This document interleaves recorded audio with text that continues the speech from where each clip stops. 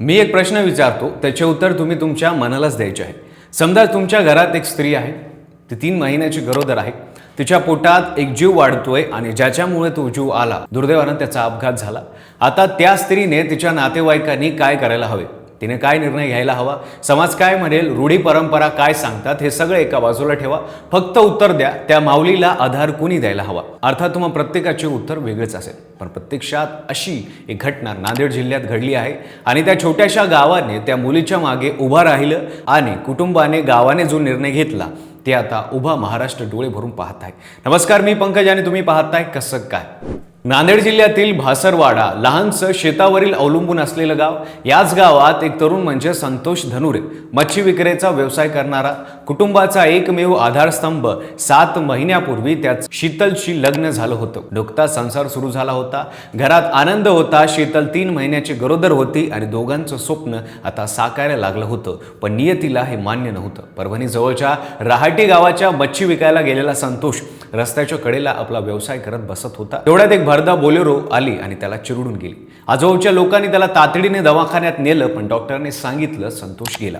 भासरवाड्यात ती बातमी पोहोचली आणि सगळ्यांच्या पायाखालची जमीन सरकली. नुकतंच लग्न झालेलं, पोटात जीव असलेलं शीतलचं आयुष्य एका क्षणात उलटपालट झालं.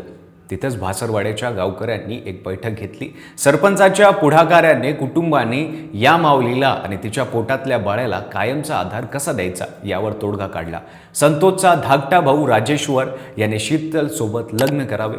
वहिनीशी लग्न करणं हे साधं नव्हतं. समाज काय म्हणणार, आतापर्यंतच्या चालीरीती काय सांगतात, जुन्या रूढी आडव्या येणार होत्या. पण गावकऱ्यांनी पाठीशी उभे राहत राजेश्वर पुढे प्रस्ताव ठेवला. पण राजेश्वरलाही हे माहिती होतं की हे नातं स्वीकारणं म्हणजे फक्त लग्न करणं नव्हतं, ते संपूर्ण जबाबदारी उचलणं होतं. आणि राजेश्वरनं होकार दिला. संतोषच्या निधनाच्या काही दिवसातच 5 तारखेला हे लग्न लावण्यात आलं. संपूर्ण गावाच्या साक्षीने हे लग्न लागलं. आज शीतलसाठी राजेश्वर तिच्या पाठीशी आहे. संतोषचं बाळ या जगात येणार आहे. त्या बाळाला बाप असेल, नाव असेल, घर असेल. या लग्नाला नातं काय असं विचारणारे नक्कीच असतील. पण भासरवाड्यातल्या माणसांना फक्त एकच नातं माहिती होतं, माणुसकीचं. भासरवाडा गावाने जुन्या रूढींना बाजूला ठेवून एक तरुण विधवा, एक अनाथ होऊ घातलेलं बाळ आणि एक जबाबदारी उचलणारा भाऊ, या तिघांच्या आयुष्यातला या गावाने आकार दिला.